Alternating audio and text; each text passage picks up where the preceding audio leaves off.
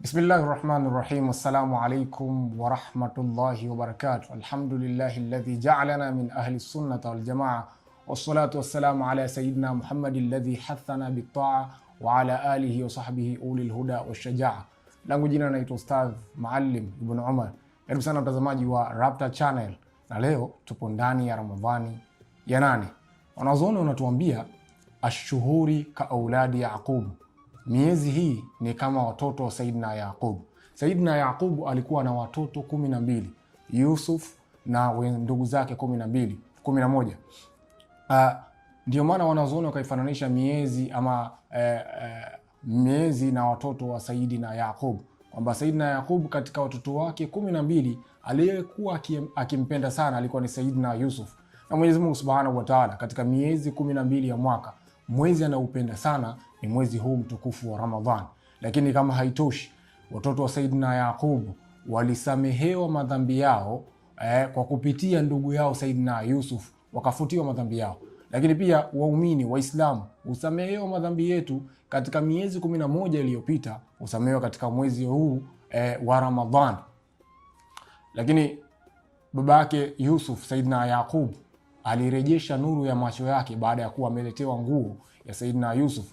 Pindi alipoinusa akarejesha nuru ya macho yake. Lakini pia sisi unapoingia mwezi huu mtukufu wa Ramadhan, huwa tunapata zile harufu kwa kufanya taat na khairati katika mwezi huu wa Ramadhan. Tunapata kufunguliwa macho yetu, tunapata kufunguliwa macho yetu kwa kupata zile nuru na harufu za mwezi huu wa Ramadhan. Lakini pia macho yapo sampuli mbili, kuna basar na basira. Kuna jicho hili la kawaida, lakini pia kuna jicho lile la ndani ya moyo. Kwa hivyo jicho la ndani ya moyo linafunguliwa kwa kunusa harufu za mwezi huu wa Ramadhan. Kwa sababu jicho la moyo linakuwa limeziba, unakuwa umetazama kabla ya mwezi huu mtukufu wa Ramadhan, umetazama mambo mengi, mambo yasiyofaa. Moyo, jicho la moyo unakuwa unaziba, huoni chochote kabisa. Kwa hivyo unapoingia Ramadhani unapata nuru ya kufunguliwa jicho la moyo, unakuwa unapata nuru kwa kufanya taat na mambo ya khairat. Lakini kama haitoshi, maswahaba kabla ya Ramadhani walikuwa wakiupokea mwezi wa Ramadhani miezi 6 kabla. Lakini pia vile vile walikuwa wakiusindikiza mwezi wa Ramadhani miezi 6 baada. Kwa hivyo ukitizama maswahaba hawa mwaka wao mzima ulikuwa ni Ramadhani. Na hivyo basi tunaambiwa kwamba mtu mwenye kuishi maisha yake kiramadhani, basi akhira yake itakuwa ni Eid.